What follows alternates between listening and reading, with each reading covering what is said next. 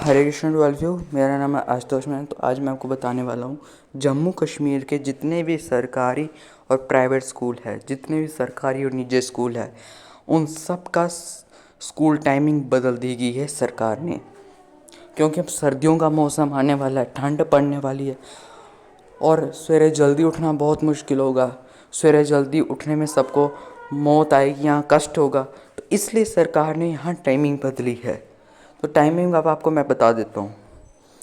Summer zone Jammu division वालों के लिए 1 महीने तक 9 to 3 का टाइम रखा है कि 9 to 3 summer zone Jammu division वाले जितने भी स्कूल में विद्यार्थी है अथवा टीचर्स है, उनको सुबह 9 बजे से 3 बजे तक स्कूल में रहना होगा। 3 बजे के बाद छुट्टी, कार खाओ रोटी, ठीक है।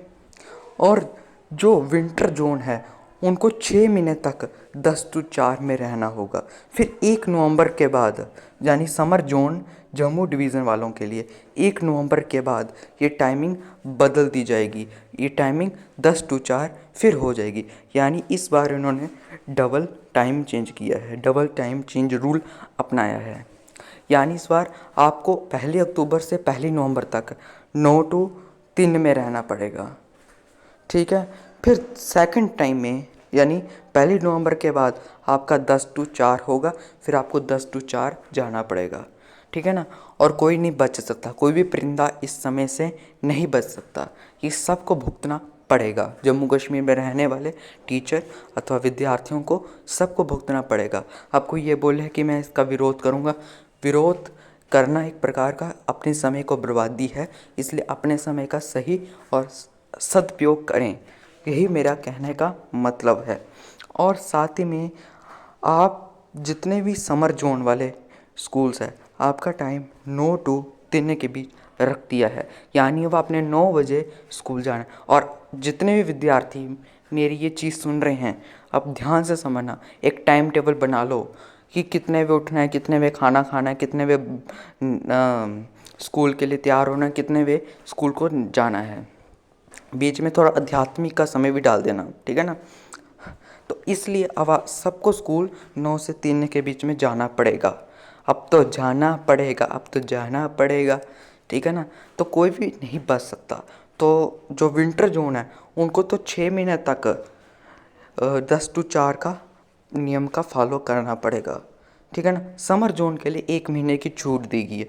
1 महीने बाद फिर ये 10 to 4 हो जाएगा। तो आज क्यों होगा इसके बारे में मैं आपको बता देता हूँ। क्योंकि नवंबर के बाद ठंड पड़ना शुरू हो जाती है, रजाइयाँ, कंबल और ना जाने गच्चक रबड़ियाँ भी निकल जाती है लोगों की, स्वेटरें भी निकल जाती है, ठीक है ना। और गर्मियों का टाइम नवंबर के बाद समाप्त हो जाता है, ठीक है ना।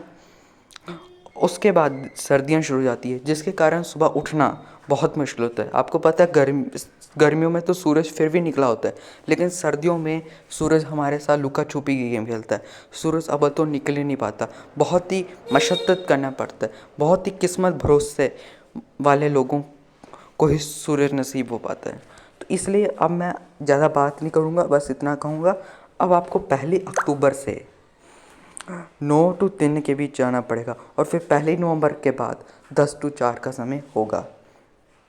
एक और बात कहना चाहता हूँ, जो गांव के लोग होंगे उनको 10 to 4 1 नवंबर के बाद जाना होगा।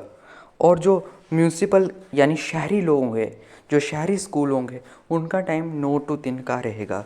ये भी मैं आपको बताने वाला हूँ।